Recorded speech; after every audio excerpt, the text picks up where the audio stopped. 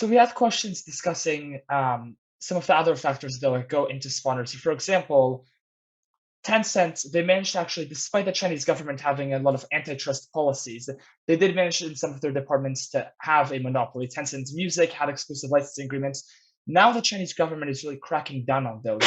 So how do you evaluate that aspect, or how do you evaluate, for example, real estate companies in Japan that may be spawners who banks? There are some recent events that of some frauds in that area that banks sort of are more hesitant to lend to them now. Yeah, so I'll sidestep stuff which goes into current portfolio holdings. Just I think that just gets in an area I prefer not to go into. But I would say that there's a blogger I follow in China. I think she was saying that. I hope I can remember this correctly. But she was saying that in China it was or it is innovation and then regulation, and in Europe it's regulation and then no innovation. And in the US, it's innovation and no regulation. So you've got these different, I think this is kind of a wide paintbrush. But the bottom line is, I think that there are very few things that I have noticed that have happened in China recently that I would be scratching my head about. So, for example, in my nonprofit adventures with the Dakshina Foundation, I have spent 14 years examining the for-profit sector of education in India very closely, and we've even had them as vendors, and you know, paid them to provide services to our students, etc. We had a very long history with the Indian, let's say, tutoring industry, which is the industry, exact same industry that the Chinese government cracked down upon.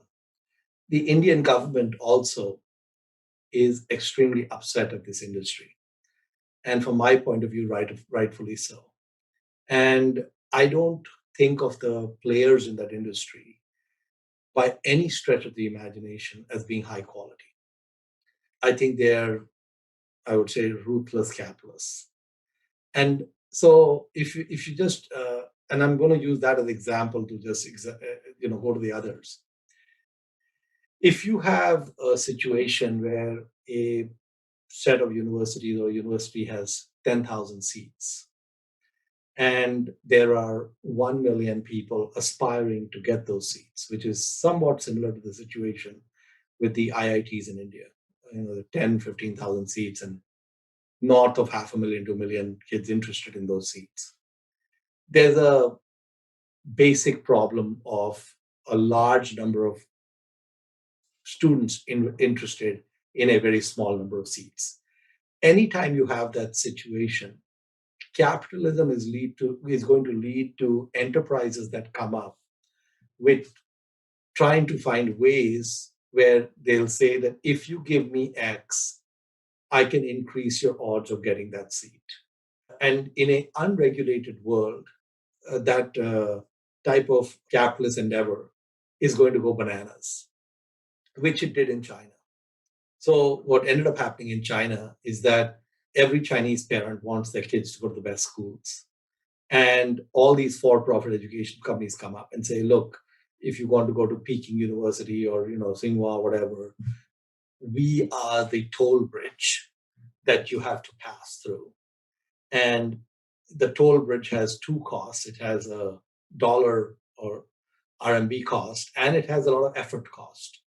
And the end result of all of that is that Chinese couples come to the conclusion that they really can't have very many kids because it's so expensive and so draining and so complex. So I think the government has its heart in the right place when it says we don't want this kind of a system because it reduces people's interest in having reasonable sized families, etc., which goes against the country's things. But on the other side, the problem that this type of situation has is there's no easy answer. Anytime unless you increase those 10,000 seats to 100,000 seats, or you give people other avenues, which the CCP is trying to do, it leads to a quandary. And like there was a joke, I think, on Twitter that these for-profit education companies in China have converted their facilities into high-end cafes where you go in to have a coffee and then you sit down at a table with a very high-priced tutor who, ineffectively continues to tutor you, but you just pay for the coffee. And the coffee, instead of being $5, is $500. And so you kind of sidestep. It's just a coffee shop, so it's kind of funny. But anyway, so I think that on many fronts in China, it is actually healthy for the country to have a robust competitive environment. And I think in the case of the large players in Chinese tech, they're pretty high quality players, but in many cases the rules were not defined. And so, in a Wild West scenario, you're not really breaking any laws. You're just proceeding with what's acceptable in the Wild West. And so I think Chinese government coming down and saying, "Hey, wait a minute. I think some of these things, if we, tweak it somewhat, at the end of the day, we end up with a better ecosystem." And I think that's what they're driving towards. So that's my 2 cents on that. Okay, thank you. Really appreciate that. And